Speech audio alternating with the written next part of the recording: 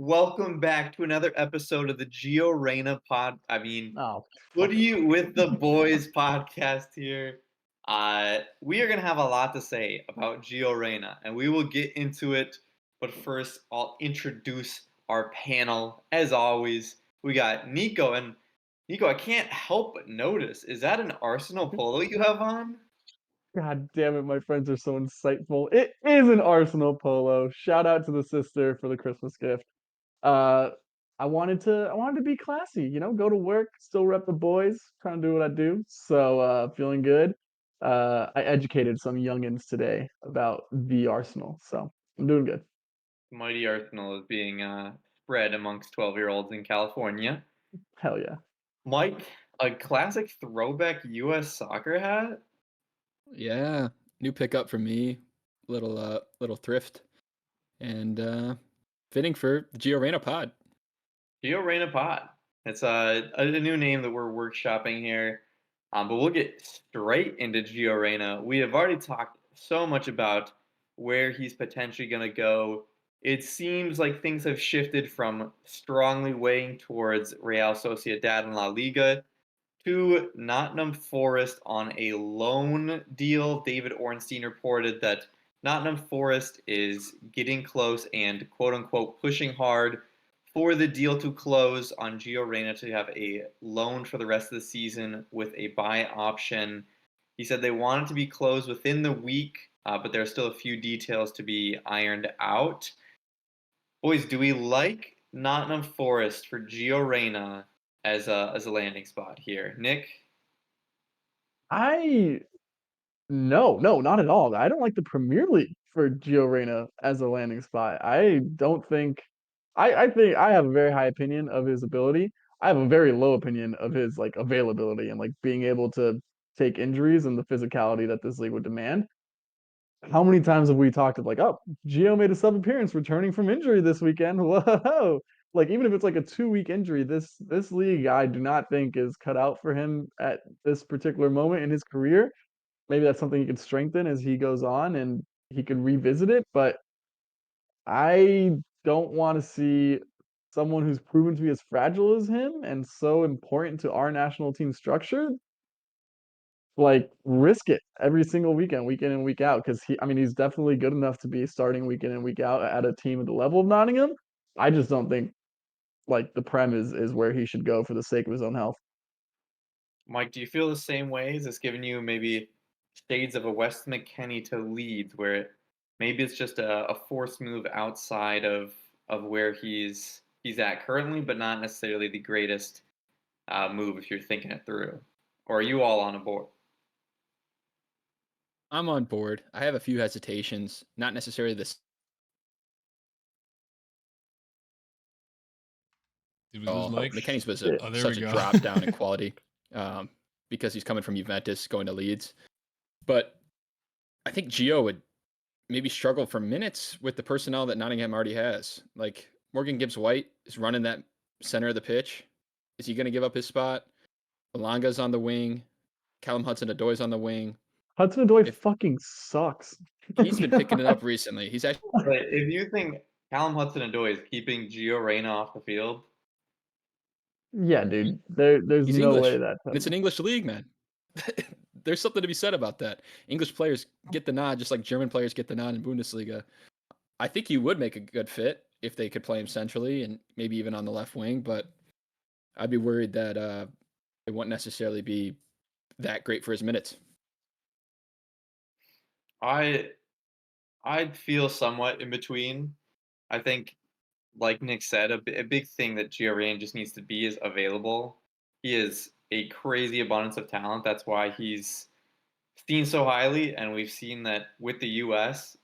Him at a 10 position, him on the ball just changes the team so much because he's a player that the U.S. does not have. The way he picks up passes, the way he flows defense to offense, can dribble five people and put in a perfect ball past the defenders. He needs to be available, but I do think that a move where he's going to be getting play time, he has had his injury issues, but not enough force. I think he's going to be able to get a good amount of playing time It's going to be in the Premier League, which is obviously a great league he can really test himself in. And I think the biggest reason that I am for this is because of the manager. Nuno has been playing as Matt Turner, maybe not liking it so much, very much so passing it out of the back, pass it around, uh, trying to get a bit more possession rather than just bunkered down and playing kind of ugly football. They're playing a little bit more open, a little bit more possession football. And I think with Nuno in, it's a much better fit than if this were a rumor a month ago with Steve Cooper, where you're thinking, yeah, that's not a good fit at all. It's not going to work. I think with Nuno, it changes things a little bit where I'm a little bit more bullish on Gio Reyna going there. If it was up in the air where Real Sociedad and Nottingham Forest were battling it out for a spot, I think I'd rather him go to Real Sociedad. But I think either way, if he has good playing time, which I'm sure he is being guaranteed at wherever he's going, that he's at least going to have that shot to have the playing time. That's a step up from being buried in the depth chart at Borussia Dortmund and only playing the final 10 minutes of every game. He's healthy now. Time for him to show some form and show some games. But do you think Nottingham Forest though is a bit too low of a dive for Gio Reyna from being rumored with Real Sociedad in the Champions League, La Liga, top six, going to Nottingham Forest too? There is some uncertainty there. They are potentially facing a points deduction, so they could be relegated. There could be a buy option on there. I mean, I'm sure it'd be the same case as like a Tyler Adams, where he's just not going to be at all worried about relegation. But he's on a team that's 16th place in the Premier League and going to be playing with really everything on the line and potential points deduction coming. Is that going to be detrimental to Gio Reyna to be playing on a team that's so low on the table? Think so. I listen. Sociedad's a better team than Nottingham Forest, no doubt, but the level of competition that he's going to is just higher than La Liga, just based on the average talent on every team, and honestly, the amount of money that it's fucking bringing in is it's allowing people to buy these players. Like Galpinliga plays at a Fulham, you know what I mean? Ebrechese plays at a Crystal Palace. We have a lot of good players spread around. I'm more worried about and like also the buy thing. Like if Nottingham gets relegated, they're not gonna be able to afford him anyways. So like it's not a mandated buy clause is what's being reported. So I'm not worried about that at all. I'm again am more worried about his ability. I do think though Trace makes a good point. Like they only play with 110 if I'm like not mistaken, and I don't see Morgan Gibbs White having that place taken. I think he starts over uh Alanga and Hudson Odoi easily, if I'm being honest. Better player in general, and I mean at least one of them you'd have to say he starts over, but I mean, Gibbs White does run that team. I would like to see him play centrally because that's his best spot. I would think that's the spot he should be playing for the U.S. men's national team as well, which he has been the last time he played. So that's really another big concern that I don't think he would really take that 10 spot from Morgan Gibbs White if Gibbs White stays there, which I guess we can get into later. Yes, that is the big if Morgan Gibbs White is still there. They also did just sign Carlos Borges, the wonder kid that was at Man City's academy that moved to Ajax. Has, I believe, 3 assists in 16 games there. So he also just moved over there, and they're keen on getting both Gio Reyna and Borges to get a more potent attack going for He's more them. of like a winger though, right? Borges, I think. Yeah. Borges Yeah. is just a winger, so Okay. not necessarily a 10 role at all. But we are talking about Gibbs White potentially on his way out, and where will he go? Maybe as a replacement at Newcastle for Almiron. He has been linked with a Saudi exit, and this one has corruption just doused all over it. You have this oil back team that is struggling so much with their money. They're looking at FIFA Fair Play straight in the eye. Rumors came out that they need to sell like $100 million or get $100 million in profit and they're dropping down the table. Their position's not going to help them with that in any means. And now Almiron is being offered up to Saudi Arabia, going to be probably a crazy fee. Do you think it's Saudi getting themselves out of trouble here by just putting an insane price tag on one of their players that they know they can just pay and get around the FIFA fair play rules, or do you think this is Saudi Arabia truly wanting Almiron for who he is? I think it's a little bit of both. It's mostly Saudi using their ability to sell players to adhere to financial fair play or profitability, sustainability rules. Yeah, that's a huge bonus that they have and a luxury that they have. So why wouldn't they take advantage of it? But the players that they've been buying the last couple of years, the last year in particular, they've been paying crazy sums of money to whoever's selling. It really doesn't matter. So if they can get a dude like Miguel Almiron, who's not a young talent but still has probably a few years of high quality ball in him, they'll pay the price. I mean, we saw Riyad Mahrez go for stupid money. Yeah, it was a free. He was out of his contract, but they paid him a bag for the wages. Neves, Conte, Fabinho, the list goes on and on and on. So Didn't that yeah, Ronaldo guy go there? it's fishy. I don't love it, but I think if it complies with the rules, it makes sense. But is that not the issue that these other players that went over there, they were being given a bag salary wise? So that doesn't go against the FIFA fair play in terms of transfers. It's just the wages that are being used there as a huge thing. This is when Newcastle needs the transfer fee to offset cost, and they're getting the transfer fee. It's not all of a sudden they're interested in Almiron and his contract's expiring. It is they want to pay a bag for Almiron out of nowhere when Newcastle's having all these financial troubles. Nick, is that how you're seeing it, or am I just being, a tinfoil hat, a little conspiracy here?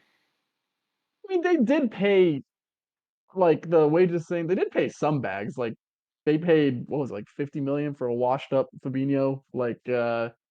They paid 20 million for the worst center back in the league in Koulibaly, who I mean had an absolute fucking stinker of a season with Chelsea. I'm sure there's more that I'm missing. Like they're they did pay some fees, and that's where it pisses me off because again, both of those guys were washed up, and Almiron's having a fucking shit season. Like he has not been good or like approaching electric like he usually was for Newcastle.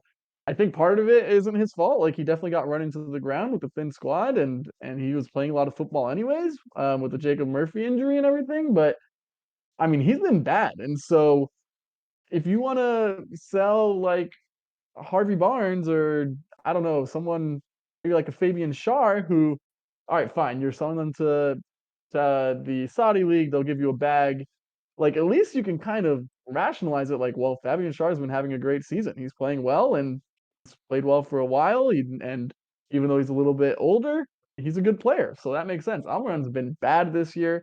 I I don't know how shit like this is allowed to happen. Like Tracy says, like as long as the rules allow it, sure. But at what point do we look at the rule and be like, that rule's fucking bullshit? Like this is how is this happening? You're allowing this shit. It makes it worse. You're allowing shit like this to happen. So I see nothing but corruption. As the only person on this podcast who's had the balls to call out Saudi Prince Mohammed bin Salman, fuck you, Saudi Arabia. I won't stand for this shit. Fuck Newcastle. I think it sets a somewhat dangerous precedent of letting it go or not looking into it. But I don't know necessarily that the Premier League can say, hey, this is really shady, so we're not going to allow it. I think there has to be a deep dive in terms of ownership and how it can be connected and how you can buy players with state-owned teams and the way that these teams are being ran with crazy empires and oil money. Because at a certain point, just like how Todd Bowley was stretching the rules of all the contract lengths to get past FIFA Fair Play, there's going to be a lot of people that realize, hey, we have another team that can just pay off whatever we need for the FIFA Fair Play, and transfer that issue to a different club that it's not going to impact them much. Like if Chelsea has Strasbourg pay a 50 million fee for some player that's washed up they don't need, and now 50 million goes to Strasbourg, even if Strasbourg can't make that work, FIFA financial play reasons, if they're docked 10 points in Ligue 1, whatever. I don't think Todd Boehly will care nearly as much if that FIFA fair play allegation comes against his Chelsea team. So I think it comes to a dangerous precedent of ownerships and how they can affect FIFA fair play and get around it, where the oil money becomes even more valuable because you're not just buying players, you're being able to get yourself out of any hole. It's a get out of jail free card. Do you guys see rules coming for this, or do you think there's too much money in it to rule against? I mean, maybe rules come for it in 10 years, the same way we're seeing these rules now, like biting back at the Man Cities and Chelsea getting all that oil money way back when. So maybe one thing we've learned about the Premier League is that nothing happens quickly unless they're trying to crucify Everton. So um, we're just gonna have to live with it, but that doesn't mean that we can't say it's bullshit. Yeah. Yeah, I mean, I could see some rules coming down the line, but this is so unprecedented having a sovereign nation or an investment fund not only own a team in your league, but then own their own league where these kind of back and forth transfers are possible. It's not something they probably anticipated. The only like vague solution I could think of is having like a set valuation of players from a third party, and then you have to fall inside that range, which I don't think they could ever institute. I don't know how they would enforce it in any sort of way, but that's just an idea. Oh my Yeah. God, we should be that third party. That'd be so sick. Try and Palmer get Bukayo our breaks Saka, $1 billion. Palmer breaks all ties. He just tosses the number out there. I'll get him on the kid, phone. Bukayo Saka is only 1 million, and only Everton can buy him. So Facts. I think they're cracking down, whether it be fair or not. They have brought a lot of this transfer money talk, all this to the forefront, and they've been cracking down on a lot. Whether it be fair or not, because it's really just fucking over Everton like crazy. It is a topic, and that's more than you could say for a lot of other years. And I think that's in these cases going to make it a lot more risky for these teams to be making sketchy moves. Whereas in the past, I don't think there was an eye on it. I think now there is very much so eyes out looking for it. The public's very aware of it. The league certainly will be aware of it. So I think we could see a lot of boundaries being pushed and kind of lines being drawn in the sand here. But I also think the Premier League is just not simply ready for what has been going on in terms of the money boom. I know it's been obviously Chelsea, Man City for a while, but I think all the teams that are now being bought, all the teams that are having money poured into it like crazy, the Premier League is spending like 20 times more than any other league in every single window.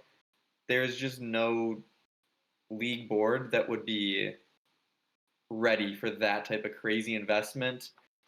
But we do have one team that does have a lot of money that I want to transition to this, does not seem to know what the hell they're doing with that money.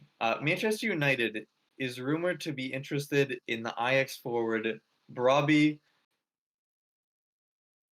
Man, does Eric Ten Hag know that he can get players that he has not coached previously or at clubs that he was recently at? Before we Like, an start, honest question, Nick, does he understand that he is Manchester United, besides like a Real Madrid, Barcelona, a Bayern Munich, you can get just about any player on the appeal of your gigantic club. Why is he only doing Ajax, like just players that are not Manchester United star level? What is he thinking here? this is the right guy, yeah? Yes. Okay. Um, do I think Ten Hag knows what he's doing? No, no, I do not. I think that Ten Hag's biggest problem is maybe my least favorite thing in a manager outside of being bad at dealing with people.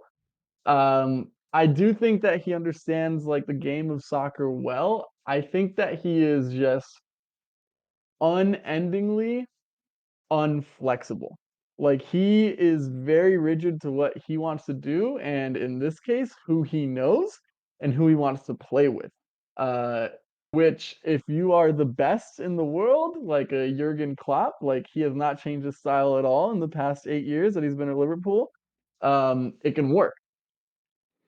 If you are not, and if you have shit talent identification, and you're very stuck in your ways, then you end up with players like Anthony, and you end up with Brobby in a couple weeks, and you end up with Regulon, and it's just not going to work out. So I think it's another example of Ten Hag thinking that he's smarter than everyone and be like, no, I know what's best.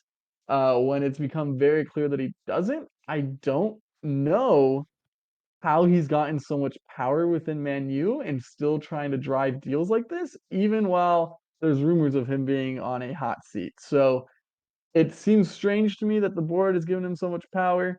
There feels like there should be better talent ID going on. Um, a whole lot going wrong in Man U. Yeah. And Mike, this goes back to we talked about this at the start of the season or midway through that Manchester United and Eric Ten Hag are going for prospects, and a lot like Chelsea were doing prospects that have the potential, but they're paying them at the value that the potential's already been realized when it has not. And it's backfired on Anthony. It's backfired on Jadon Sancho. Obviously, he's back at Dortmund, so he still has that opportunity. But is this is it, do you see any logic in this? They have a Hoyland that's a young project, has potential. Is there any logic that you see in bringing in Brian Broby, he's not necessarily been like he is the star of the Eredivisie. He's just a player for Ajax. That's yeah, he's a good young prospect. I don't see a whole lot of logic in it. I think if Man U does make this signing, and if it's an overvalued price that they pay, it's just another step in the wrong direction. Um, Surprised bringing in Barada, he's not like vetoing this or putting his hand on it more. So I'm not really sure what's going on behind the scenes. If they got this deal done for a reasonable amount of money, which never going to happen, yeah, sure, it'd be fine. And if you can move out a player like Anthony Martial, great. That's a step in the right direction. You have two young forwards who you can build on for the future. But that being said, they're going to pay too much money. They're not identifying the weakest part of their squad because it's not their striker, it's their lack of production on the wings or in the midfield, in my opinion. That's what I see. Um, and they pay whatever they're going to pay, 60 plus million. It's just another dumb move, and something that Ten Hag has too much power with. Do we have a rumored fee, by the way, for this? I have not I have seen not seen one. here. Okay, so what's like a fair like if you pay 20 million, you can't hate too much on the deal, right? No. I just don't see a spot for him. So Like I okay, just think so he's you a move out player that in Martial, the and Eredivisie then has not even been tearing it up. Like he's been good in the Eredivisie, but not been the top striker. It's Moderate amount of Manchester goals. fucking United. Like if it's Santi Jimenez, he's been scoring like a goal every game, 2 goals every game. That's more understandable if you're going for a striker. But a Yeah. player that's young, that's scoring at a decent rate in an extremely attacking league that's not close to being the top scorer, what are you doing? You're Manchester United. You're not a I think project team. I think that's a little close-minded. If it's I don't expect it to be. If it's a reasonable price, 20, 25 million feels like my max. You're probably getting rid of Martial. You're gonna have to revamp all your forwards at some point, except for Garnacho and Hoyland at this point. Like it's you have to get depth at some point. 20 million for a 21-year-old striker who I mean he does have 11 goals in the Eredivisie. He's worked with them. I understand where he's coming from. The big issue is that there's no way that Ajax is going to sell him for $20 million or that like that Man U won't come in with an offer of at least 40 and then get negotiated to 55. You know what I mean? Like, Right. eh, I don't hate the signing. I don't hate the player. I do think you need more experience as a striker. You already have Hoyland who's young. You have a good point there, Flags. But I mean, they're going to need players at some point because all the guys there got to go. Yeah, I don't know. I'm if you're Manchester United, you need to make signings that are much better than he can be a depth piece, he can be a whatever. That's not what you need at the moment. You need to make signings that change your team, not a depth piece that could make an impact potentially. Also, harder in January to do that. Yeah, in January, yes, I don't think that you're necessarily making the full Manchester United quote unquote move, but I just don't think that this is something that they necessarily should have their priorities on or moving forward in any type of great priority. But we don't have to rag on him too much. We'll move over to a guy that, damn, he's been needing a move for a while. Calvin Gio Reyna. Phillips. Gio Reyna, we could get back to that topic. Gio Reyna. No, Calvin Phillips moved from Leeds to Manchester City and has not played more than like 5 minutes. That guy has been getting a payday while sitting on the bench and training, uh, getting told he's too fat and out of shape by Pep Guardiola, but now he will get a chance to play at West Ham. Honestly, I don't know what to think of this one because Calvin Phillips has not really played at all while he's been at City, and that's been about 2 years now that he's just not played. So I'd imagine he's a little bit rusty when it comes to now playing at West Ham. But if he can be the way he played at Leeds that earned him that move to Man City, how good of a move is this for West Ham? Mick? uh, I don't think he breaks into that starting 11, their strongest 11. I think Ward-Prowse and Alvarez especially has been having a great season for them. Um, and even Suchek has been playing well. So I don't think he breaks into that pivot. But what it is good for is they have European games. Like they advanced from the Europa League after winning the Conference League. You need quality depth if you're serious in that competition. They've showed that they're going to invest in Europe last year when they played strong 11s in the Conference League. So I think it's a fantastic signing when it comes to you just need extra bodies in that midfield. You're rounding out some form. Um, maybe you're able to convince him to stay. There's no way you have to pay that 45 to get him in the summer.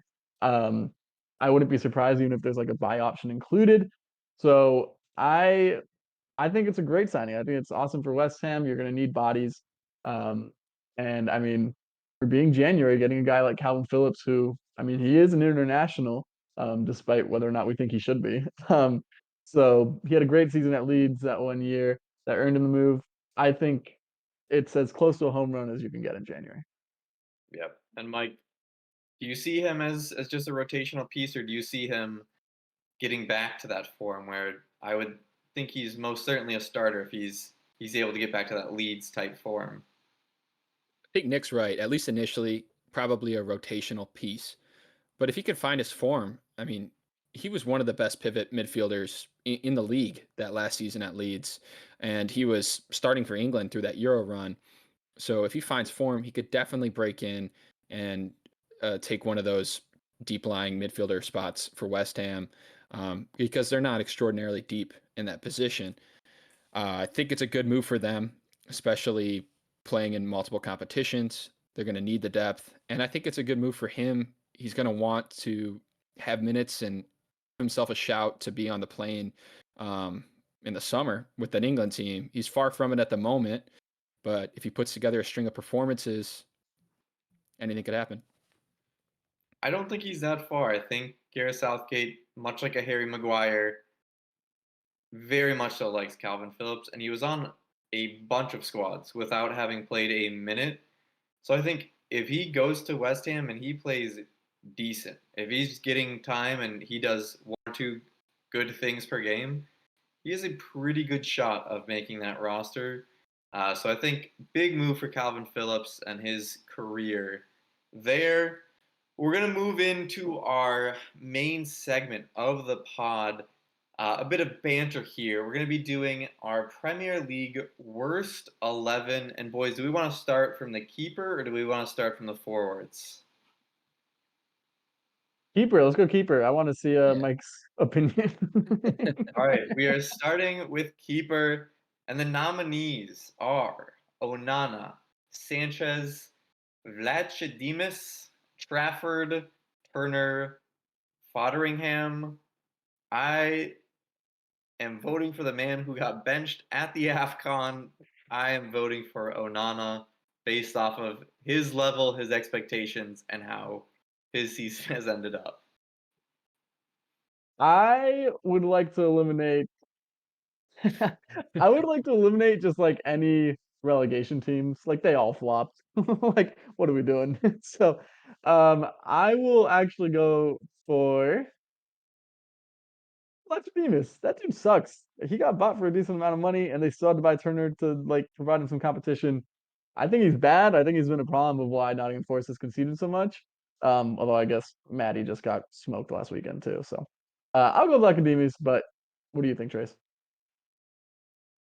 Yeah, I know that it's harsh to rip on the promoted teams, but Fodderingham is so poor. I mean, conceded the most goals in the league for Sheffield. He's so bad with his feet. He really just cannot play. And I've seen him the few games I've watched of Sheffield, a few times he comes storming out of the box, has no idea what he's doing, doesn't look like he's going to win the ball, and then just gets caught in no man's land. So I'd like to give him a shout, but I like both of your guys's for the reasons. I'll actually give it to the U.S. international Matt Turner. Oh damn. He's He's been been better than so Vlachodimos. he's I think been that's the piece. so bad, and he's been making so many grave mistakes. He can't play with his feet. He gives the ball away. And Mike Oh, is and he's frozen. gone. So his take Another does shit not goalkeeper. matter. All right. Well, that's three Actually, different My back. names. So who am I putting down? yeah, I'm going. I might convince me. Let's do Fodder again. He is really bad. You're right. He's I horrible. think they've lost enough though. They've had enough L's. I think Onana. It would be so much more funny that Mike had both Onana on his worst 11 and best 11. Oh yeah, good point. Let's go on. Let's go All right, it is Onana in goal. Has not been the on. worst. For our That is so harsh. defense, I think some of these names that we put it on the nominees list are a bit wild. Is We have this the Silva. before we do this? Is this the formation that I want? 4-3-3 is what we'll be going Yeah, we'll do with. 4-3-3. And these names on our list are just merely suggestions. If you think of another player, by all means, give it a shout. Yeah, these are definitely some interesting ones, some bigger names for how bad they've been. But Silva, Trippier, which I think get Those are that both name out of there. terrible. He's 7 assists. That's not the worst. Oh my god, you guys are Zinchenko, so focused on Leon, assist numbers from our fullbacks. Jesus Christ. Dyer, who is not even in the Premier League, Exactly. Cucurella, Got run out Xavier, of and town. Seamus Coleman. I don't think there's a 4 there that I feel good putting all 4 of them in. And I don't think Trippier should even be on that list. I don't care if he's So, made yeah. a few mistakes, but he's still been a pretty solid right back. And obviously, you're not only wanting assist numbers out of your right back, but 7 assists is crazy numbers. Yeah, I'm out on Trippier this year. Uh, I am 100% okay putting Zinchenko in there. He might have been responsible for our like recent run of form, like those 5 games. He was horrible, and he also was like partly injured in those games, so whatever. But just for those 5 games alone, and because I'm missing Timber something bad right about now, I'm fine putting Zinchenko there. Well, you should put him at left back there, Palmer, player 4. Mike, who are you nominating or At the left back position, at any position? I'll go to the right back and I'll throw in an Evertonian. I'll throw in Seamus Coleman. He is a legend of the club. He's been there forever, and he's been injured most of the season. But the few times he's played, he hurts the team. They don't trust him. So it drags people out of position to cover for him because they know he's so slow. They don't trust him on the ball. And he's lost his position to an even older Ashley Young. So sorry, Mr. Coleman, you make my worst XI. My next nomination, not in the correct position, but I'm still gonna put him in, is Ashley Young. He has also been very poor for Everton. There are a lot of people that we could pick on in terms of like Sheffield players, Burnley players, and Luton Town players, but Ashley Young has made a lot of errors this year for Everton. Where do I put him? So I'm nominating Ashley Young for Player this. 3. Probably not meaning to be on a worst 11, but just because I'm an Everton fan, I've seen so many mistakes from him and feel so uncomfortable every single time somebody goes at him, especially late in a game when I feel like he has zero legs. But Nick, why don't you close us out? Who is the last defender you're putting in onto our worst 11? Let's put Eric Dyer. He was so bad he had to leave. I'm good. He's literally a pet at Bayern Munich right now. He's just like company for Harry Kane. So They, I'm good with they Dyer. brought in Harry Kane's friend. That is the reason he is there. So mean. He like didn't even play. Yeah, there's a reason for that. And it is why he is in our worst 11. Mike, we move to the midfield now. Who is your nomination? We each get one for worst 11 midfielder. I'm going to do a little loop here. I'm going to nominate Chelsea player. Someone who I'm still kind of bullish on, but it's been so bad this year, and that's Moises Caicedo, especially for the money. I mean, he was over 100 million euros, and he's been really, really bad. He doesn't play that holding midfielder all that well, doesn't find passes, and doesn't progress the ball. Yeah. That's so fucking harsh. Caicedo at the number 6 role. Yeah, at the number 6 role, Caicedo has been for a 105 million. Not close to those expectations. I would say my nomination for this is going to be Mason Mount. He's been injured, but when he was in, man, it's been better when he's been injured than when he's been in. He is. I don't know exactly what they saw to pay the fee for him. He's really just an effort player, and he's has his good moments, but he is very much so just not anything special. So I'm putting Mason Mount in there. I think it was just a extremely poor transfer by Manchester United, which surprise, surprise. But Nick, who is our final? Who's rounding out our I want to terrible veto midfield? that Mason Mount pick, man. I Honestly, I want want to to veto your veto that one. Caicedo pick. Well, that's why we're here. You We aren't just nominating motherfucker. one player. But Man U's look worse without Mason Mount. They need a midfielder desperately, someone to put in the They don't shift, use and him as a I midfielder though. I think they do with the He's people that not they the have star. available. I would put Christian Eriksen on that list over him, I don't know. I mean, they've all been shit, so I feel like, yeah, maybe you could, but I just think Mason or Mount. Sofian Amrabat. I mean, damn, he's been I playing and he's been terrible. I 100% think we should put Amrabat over Caicedo or Mount, either one. I don't care. This guy like was the hottest name in the world after the World Cup. People were like, "Oh, this guy's gonna change our We can team. put We're gonna have a Amrabat spine." in for Mount. We'll give Mount a little bit of leeway because of injury, but Amrabat has been dog shit. He's so bad. He's like I do not even a remember footballer. all the hype that Manchester United fans had for him coming in and how he was gonna run the midfield.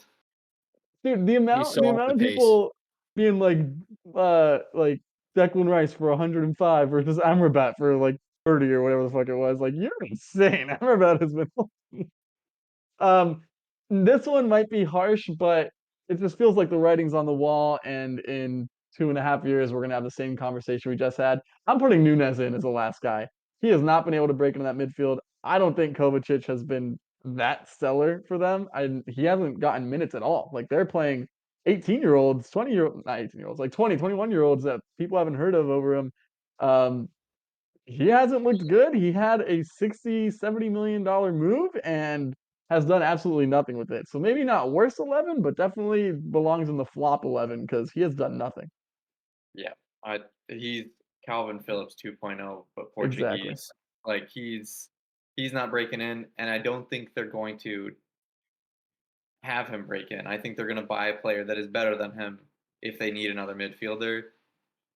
So I think we have Calvin Phillips going to West Ham, but a new Calvin Phillips has arrived at Manchester City to take his role. But now we get into the favorite thing to shit on players for: terrible attackers. Boys, I think you have to put Anthony in there, right?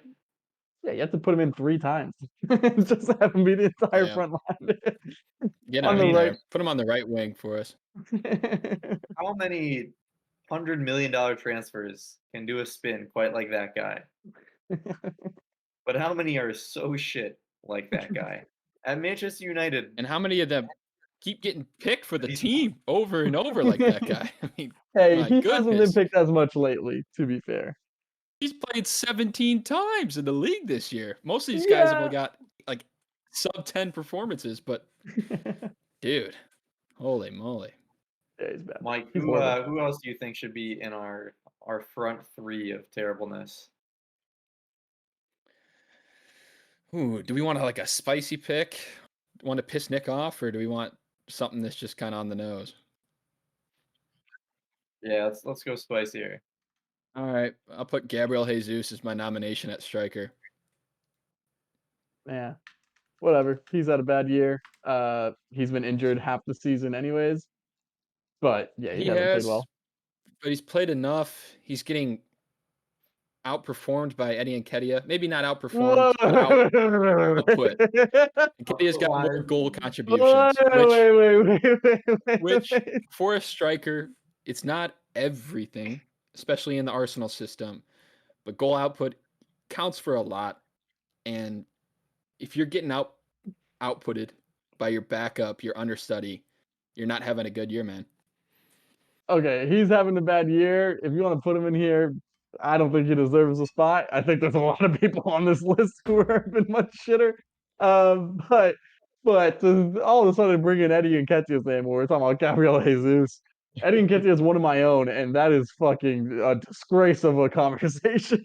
Like, watch a game, brother. Oh my god, no way. One hat trick against Sheffield does not like signify better than Gabby Jesus. Um, I didn't go that far. Just output. Like I would say, compared to our own striker that Everton has bought, Beto, I would imagine Jesus is not close to that level. Hey, come on, man. Beto just needs some time. He's just acclimating to England. Is that I'm we should do an award show at the end of it where we give our best awards and his press conference wins best presser of the year. It's just like, listen, I'm not a good footballer, but I'll try. Like, what the fuck? Oh boy. use Let's get our last player up there, and then we could debate our picks that we currently have, make some changes if a good argument is brought up. All right. Nick Poole in the spot. I like Rashford for the expectations versus output. If we're putting Jesus in, I think Rashford's also a fair shout. Yep, I think in terms of expectation compared to output, Rashford may be the worst at that. He had very high expectations, was supposed to carry this team, and has been the ghost of Manchester for far too long this season. Is there anything in here that you guys are absolutely want to change? I know, Nick, you have some qualms about Gabriel Jesus. I don't feel that great about Gabriel Jesus being on the worst 11. I think he's been like a slight disappointment, but I also don't think that Arsenal fans thought that he was going to be bagging him in like he's Erling Haaland. He's never been a clinical striker. Uh, I would say a Beto. I would say even a Nico Jackson, even though he has a good amount of goals. The amount of goals that that guy could have compared to the shots he shoots like 50 miles away are just, it's staggering to watch. But I mean, Martial's been horrible. Like, Martial's yeah, been really bad. should we it's just a do Manchester Man United's U's team. 11? Johnny Evans, Harry Maguire. Johnny's been solid. Come on. Johnny Maguire, They've been It's been fine. solid. Yeah, that back line is not the issue. All right. Listen, I I'll think concede here. G- get Jesus out there. Put Beto in. Yeah. Yeah. 16 appearances, 1 goal. He's been bad, but he's a joyful man. I love having him around for every reason except for scoring goals. The other 2 names I want to throw in belong to Chelsea. Mikhail Mudryk, for sure. Um, super Over disappointing who? still. That one would be a toss up with Rashford. We could keep Rashford just because of his expectation, but Mudryk's definitely been worse. But has he been output wise? Has Mudryk not has he been scored worse? I more think than Woodrick's Rashford? had some output. Yeah, he scored that Let's like check. mistake goal against Arsenal. Remember, like the wonder goal that he had. He's got 3 goals and an assist, so essentially the Yeah, same. yeah. Um, I don't hate Mudryk, but I think that front line is pretty set. I don't love the midfield. Honestly, can we just do a 3 at the back? Toss another forward up there, a 3-3-4. Just play some wild FIFA Yeah, formation let's do because Yeah, that. we can just throw one in for one of our defenders. We don't need to change formation. I think that might fuck okay. everything up. I say put Amrabat as a defender because he's also played there and been shit. And then I think we can Put him toss at left in back. a really good shout on this list that we haven't talked about. Mangala on Nottingham Forest is awful. He's Yeah. so bad. Yep. He does not do the. I feel like they ask him to be like the 6 alongside Sangare, and he does nothing. Like The problem is that they want him to be able to pass the ball. That's not his game. Him no. having the ball at all is a liability, and he's just not about that. Someone tell me what his game is. Like I can't. Anytime I watch Nottingham, I'm like that dude sucks. How is he on here? He just runs. That's all they want. So I'd be down to put him in over either Dyer or Caicedo. I think Caicedo actually started really bad, but has been decent since. Only other players that I think really deserve a shout. He doesn't, but both Almiron and Grealish have underperformed this season. I think that's fair. Um, Hoyland, so as of 2 weeks ago, would be 100% on here. But since He could still be on there. He's got 2 he goals. scored, he's got his miracle. Sean Mills. I feel like if we put Hoyland on there, he'd be the best player in this team. And I don't want to look at any player and be like, oh yeah, that's the best player on this team. Like I'm like, oh, that guy fucking sucks.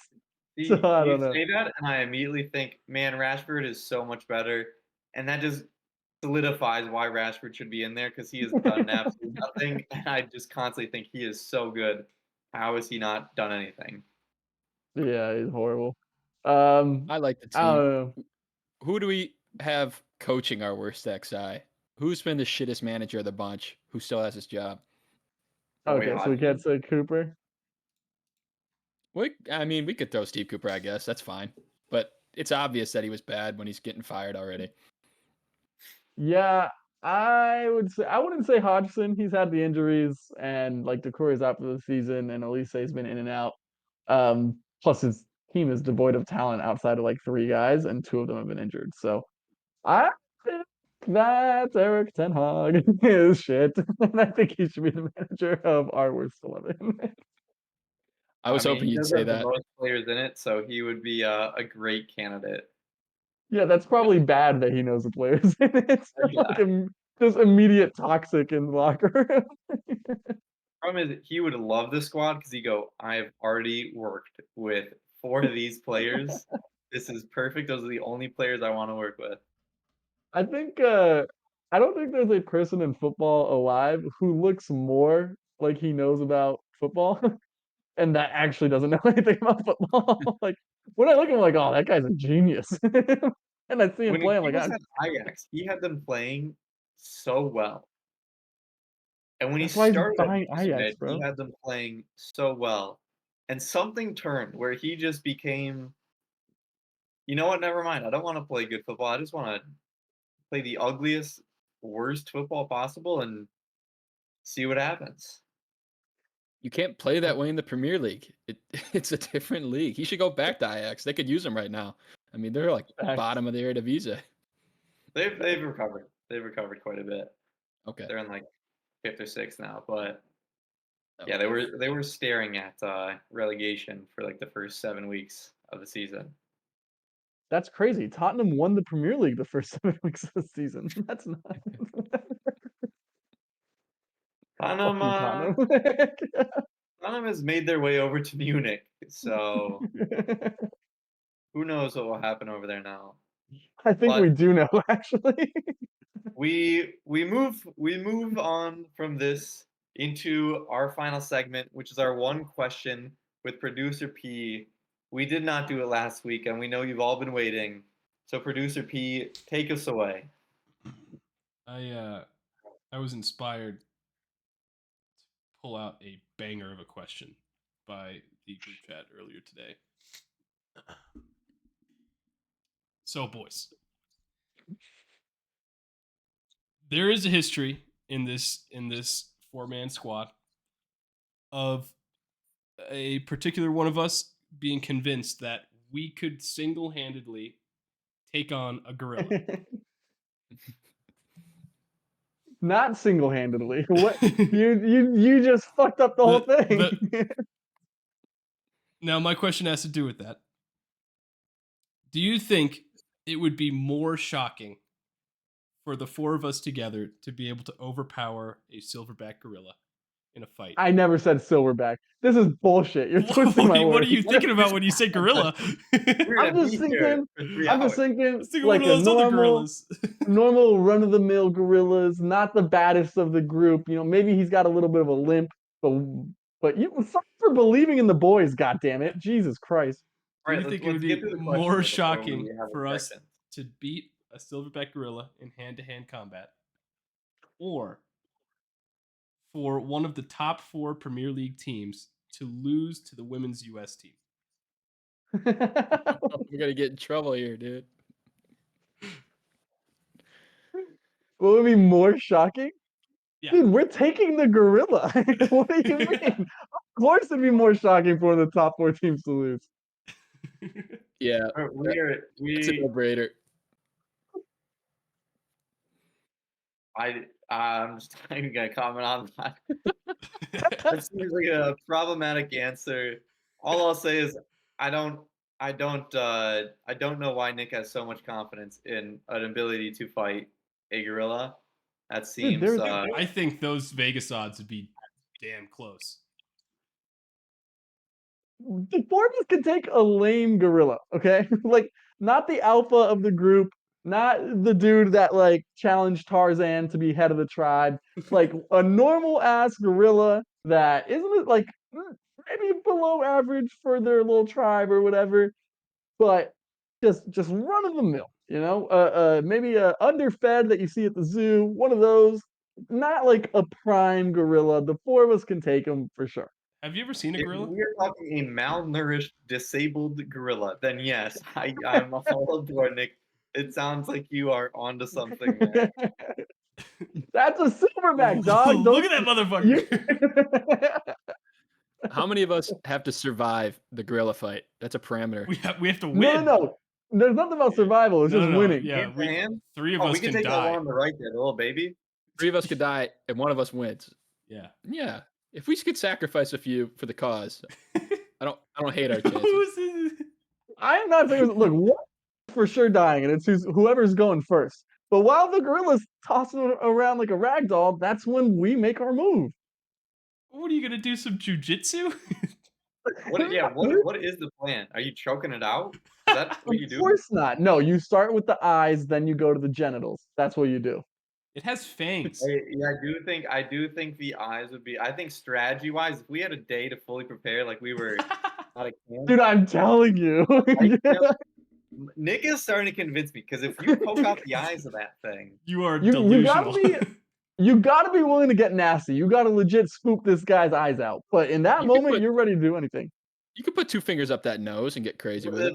but the problem is, I think we're really overestimating our ability to just walk up to it and poke it in the eyes without it absolutely just throwing Dude, us it's gonna take across the one hit, jungle. and whoever it hits is dead.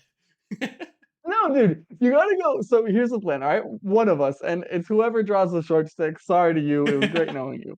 But you gotta like first intimidate it. Don't just walk up. Because like once you get it mad, it's gonna want to ragdoll you a little bit. And so you preoccupy it by getting murdered, and then the other guy comes up from behind and just right in the eyes, scoop him Here's what out. I'm thinking. We space it out. We're in a triangle formation, right? We have somebody at each point. We all run in. Somebody needs to jump on the back and grab the neck. Really start choking it out. No, It no. starts Dude, flailing. When it has we its can't arms That's flailing, way getting too much choked, meat, now bro. reach back. That's when the person in the front pokes it in the eyes. Or maybe you have both just one eye. That's all you need is the responsibility of one eye. Maybe somebody gets hit, then the other person's got a double duty, you know? I Get don't both think eyes. Once any of the us eyes could are get. out, we play it safe. We play the slow game. We back up and we just take little things while we give Yes, time. exactly. Dude, I Once don't you Yeah. get the think you neck, could it's get a your slow arm game. around that neck. I am not on board for the choking out idea. Maybe That's a we bad both. Maybe we idea. both. Nah, dude. Okay, No, that's a it has to silverback. be. We're talking about It a has Western to be noble. a sacrifice. There has to be a sacrifice first.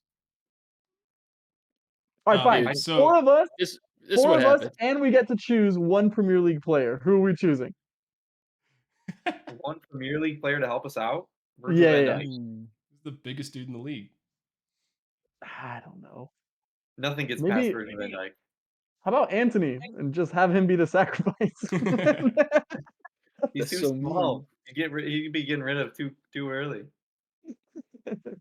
So what you're saying is, yes, it's much more likely that we beat a silverback gorilla. Yes, 1,000,000%. They're too afraid to say it. Of course, it's way more likely. Did the youth national team smoke the women's soccer team like 11-0 or I something think crazy so. like that? Like, I'm sorry, but there's a reason that LeBron doesn't play the WNBA. Like, come on, what are we doing? No comment, and I do believe it was the FC Dallas U15s, not the US youth team. Much It's even worse. Makes it worse. We're gonna close out with final thoughts, though. Nick, give us your final thoughts, and then we will go to the glorious final thoughts of Michael Tracy, which who knows where that will end up. Nick, My final thoughts is I love and respect women. I think they're great. Equality for all. I just don't think they're beating a top four team in the Premier League. That is no slight on anything else. Pro woman here, 100%. sound off in the comments if you think Nick is sexist. Mike, final thoughts. Couple final thoughts. Big shout out to our Palestinian brother, Ahmed. The Palestinian national Big team win. qualifies for the knockout rounds of the AFC Asian Cup. Wow. They got a big win over Hong Kong. They go through in third place, but they got enough points to get it done. Outstanding performance. Then we jump ship to Africa. AFCON time. Insert Get me a noise off there. this podcast. I need a Big gif. I need a upsets. gif of that, just repeating. We need to cut the podcast before Mike says anything more. Ghana sent home, eliminated. We're up 2-0 into stoppage time, conceded 2, and go home empty-handed. Algeria loses to the small nation of Mauritania with their first ever win in an AFCON tournament. That's not a real place. And less than 4 years ago, were ranked in the bottom 5 national teams worldwide. They beat Algeria 1-0, and Algeria is eliminated with their star-studded roster, including Riyad Mahrez. That's all I got for you in AFCON. Thanks for joining. Check out our worst XI. Let us know who belongs in there. Could Nick kick a gorilla's ass? Or with the women's Not national me. team win the Premier League? You let us know. Peace. Later.